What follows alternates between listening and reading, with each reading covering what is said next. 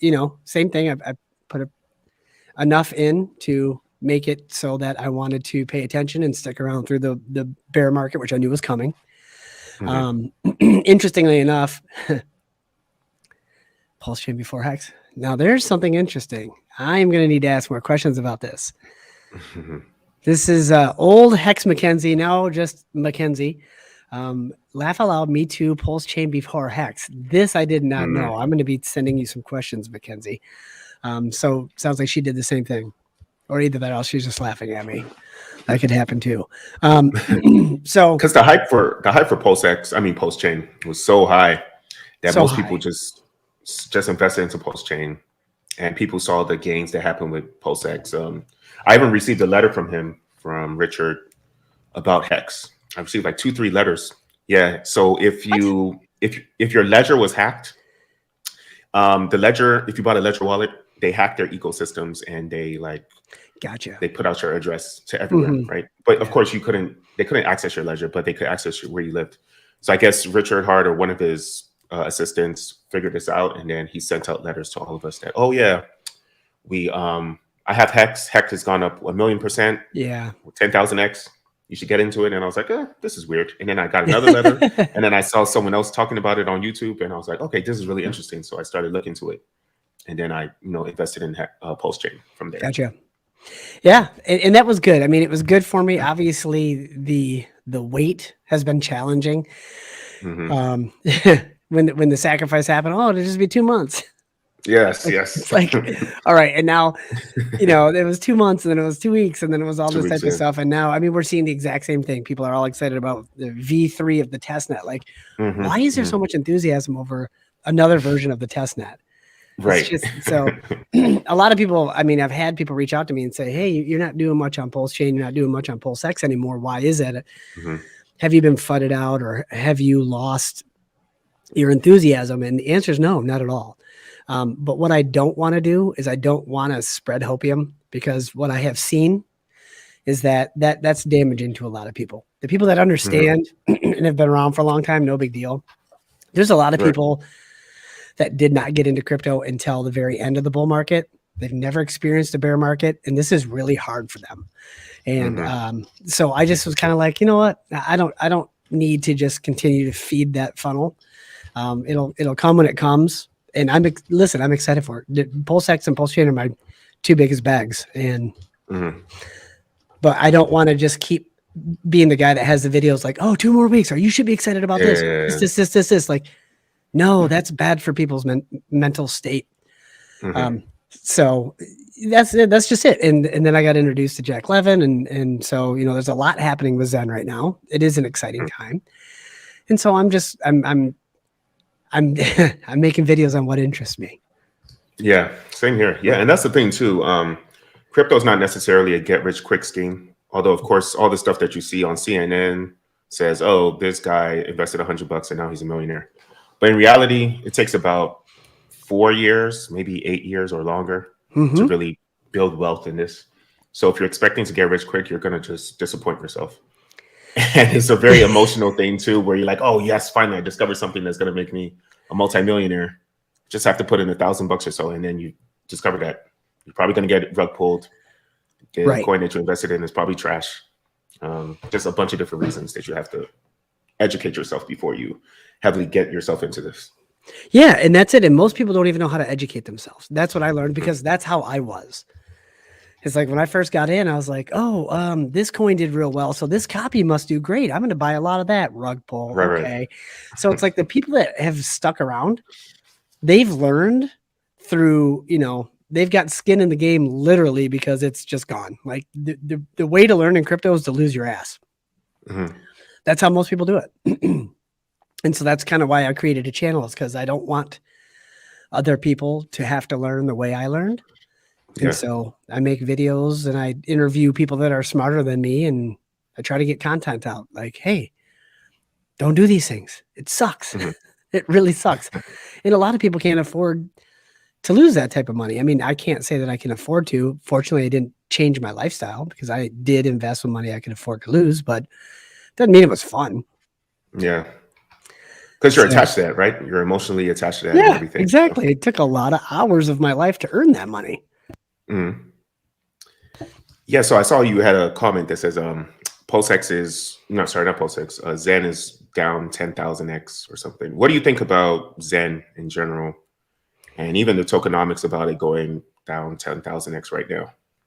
What are your thoughts about it? You say you're introduced to Jack Levin. Yeah, I've got nothing but good things to say about Xen.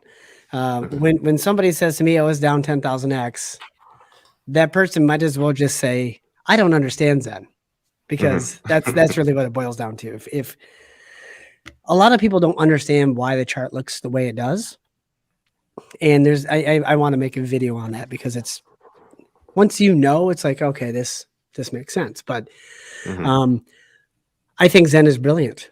I really do. You're following the Bitcoin model, and people are get stuck on the idea that it's hyperinflationary for 8 years, so the cap of it is going to be huge. That's easy if that's the only piece of the pie that you look at. If it's the only piece of the puzzle you look at, is that it can be hyperinflationary for this long. What they're not looking at is, my guess is most of them have never been through a full bull market, and if they have, they're just they have amnesia. They don't remember what the bull market brings. What the bull market brings is Ethereum transaction costs of $500, $600, $700 just to do a simple swap. Like, I remember when I first started talking about Xen, the Hex community is awesome. I'll say that. It's the first thing I'm going to say. Hex community is awesome.